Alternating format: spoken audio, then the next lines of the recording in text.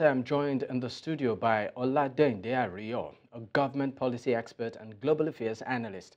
Thank you so much for your time, Thank you for Mr. having me. Ariyo. Yes. Happy New Year. Happy New Year. Yeah. Now, the main reason behind the Nigerian government's decision to suspend accreditation of degrees from universities in Benin and Togo is based on a report that was said to have allegedly exposed the certificate racketeering in a university in Benin Republic. Now, how bad is it when it comes to obtaining degrees, particularly via dubious means? And it seems I mean, this particular case has been ongoing for some time. Why now? Why is it an issue now? Because, I mean, looking at it also, is it that the Nigerian educational system did not do its due diligence all this while?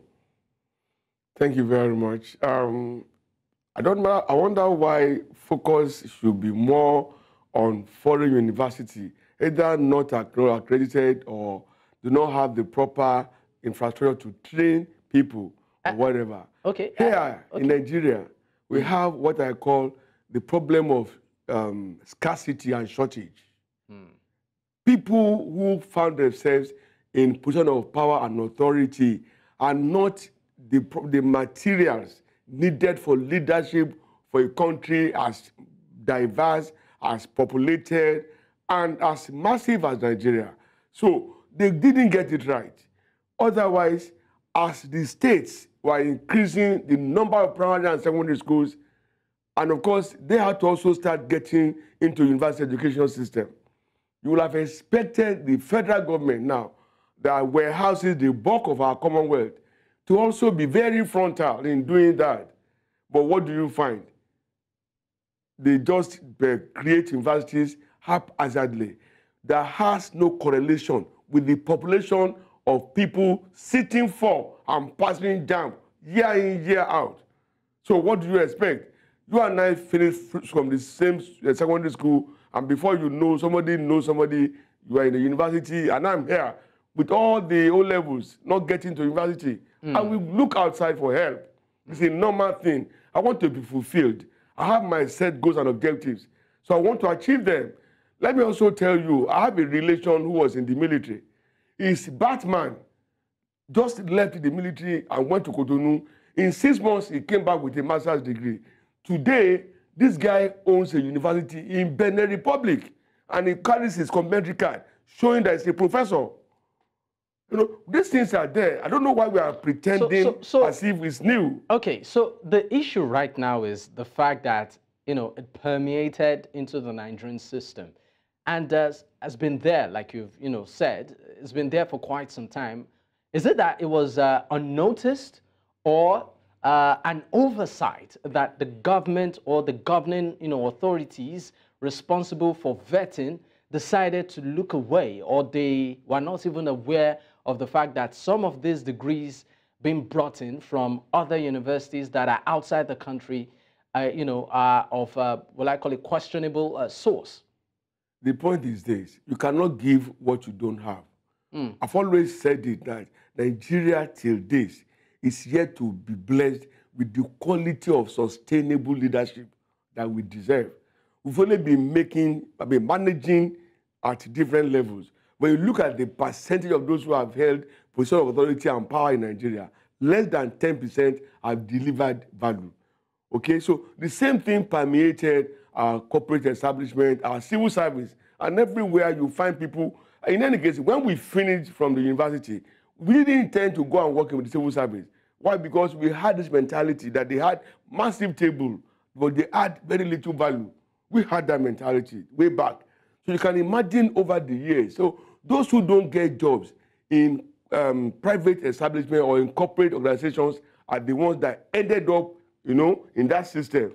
The system will absorb them, will promote them, and then they from freshers on level 8, they become directors, PS, and what have you, forgetting where they are coming from. At the end of the day, the net consequence is what we are seeing now. It's not only about our university education. No, even when it comes to establishing medical schools, we are at a point now that we are producing healthcare managers for the world. The moment they leave the school, either as nurses or doctors or lab techs or whatever, they leave the country. Why? Those who planned those schools didn't see that, okay, when they even get out, where do they go to work? And what kind of salary are we going to be paying them? You cannot be paying them what you pay other classes of employees, because by their training and the service they provide, they are special. They should be treated differently. A doctor spends 7 or so years to qualify, and then he comes out and is having issues getting acknowledged, getting paid, getting promoted.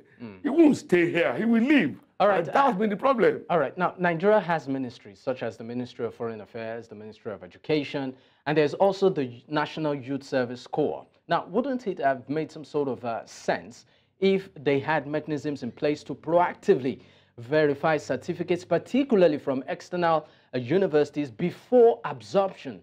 Or is it that these channels are not, effective enough? Because I know very well that for Nigerians who choose maybe to further their degrees in, say, maybe the UK, for instance, they do a lot of background check. Yeah. If you are coming with a certificate from Nigeria, even to get a job, some of them will still have to go through some form of retraining there. So is it that what we have here, isn't effective enough, or we don't even have such mechanisms at all? We had this before. I remember very well that those of us, those who joined us for NYC way back in the 84, 85 period, they were duly checked and certified. But along the line, as it has happened to so many institutional issues in Nigeria, they became atrophied. Standards were lowered. The quality things were dropped. I mean, the basic things are no longer being done. And of course, corruption also came in. People will come, envelope money, and give them with the papers they are submitting. And the man who should screen them without doing the right thing will just pass them on. And before you know, they're there serving NYC. We had a guy who said he came with a master's degree from America then. He could not speak correct English. And I was asking him, were they teaching you in America with Yoruba or with which language? That look at you, you couldn't even speak any good English. Of course, the guy sought for the deployment from Ondo State of old, and he was sent elsewhere because all eyes were becoming, focused on him. And everywhere you go, you just find laxity in the Nigerian system. That's why we've been calling for total reorientation, and it should start from the family level, whereby we see wrong as wrong and know that wrong can never be right, and then we do the right thing. Because when we do the right thing, it echoes and it grows our environment, develop our environment, and we are sure of it tomorrow. But a place where people will come and bribe you and then you let it go, it doesn't help anything. All right. There are too many cases around us now reflecting a failed system. All right. Let's bring the conversation, home. Let's talk about even our own, that's Nigeria's educational system, particularly at the university level. Right now, we have a lot of Nigerians who would rather prefer to study abroad, right? Get that certificate from abroad, and then maybe come back home or settle abroad, either ways. And then the question is, how solid is our educational structure in the country? From the entry level to the process where you are in school and then till you eventually come out. I'll give a very, very personal experience. At my master's level, at some point they told me they couldn't find my result, an exam I sat for. And then when I asked why, he said it was missing in transit. I had to involve somebody in the school senate before they were able to bring it out. Now, this is the story of many Nigerian students who maybe even at degree level or post, graduate level, they find it really hard because of hurdles that can be avoided. Now, the question is this. Why is it that over the years, this issue has lingered?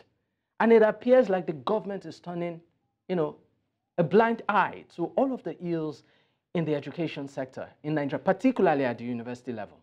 Your experience is not peculiar, it's not unique. The man with whom I had lunch a few minutes ago before coming here is in school for a PhD program. Almost 3 months to the end of the program, they said they couldn't find the registration forms. Thank God he had his own documents and the file. He had to take the file to them to reflect correspondence between him and them. before they now knew that the mistake was made from within. I still don't understand why we do not want to bring excellence to bear in everything we do. I'm a very proud product of the Nigerian educational system. Okay? Yes, I went abroad later, but my foundation from primary to secondary, whatever, they were all built here. And I can stand my own anywhere in the world. What does it take? The administrator of the educational system now, they no longer have the commitment of old. They're not passionate about their work. Neither are they passionate about the future of their products. My primary school teacher, I still see them today, we still relate. I could remember the value they added to my life. So everywhere we go, we have to go back and begin to let people know that we should do the right thing. When we do the right thing, it reverberates, okay? It has round-robin effect on virtually everything. You were just lucky to have known somebody who knew somebody. Otherwise, by now, you probably would have to go and start a new master's degree program or be going about with your first degree, okay? After all the money, all the effort, and the sleepless nights and reading and rigor. So for me, we have too many institutional problems. We can overcome them, but we must be determined. And leadership should start it, not the kind of flagrant stuff that we are seeing around us. I was saying this yesterday on another platform, that Julius Nyerere of Tanzania left presidency in Tanzania without a house to park into. They had to build him a house. He didn't change anything from the man, but not in the same here. Let's play down corruption. Let's play down lack of transparency. We can put everything right. The Nigerian is strong, is determined, is intentional.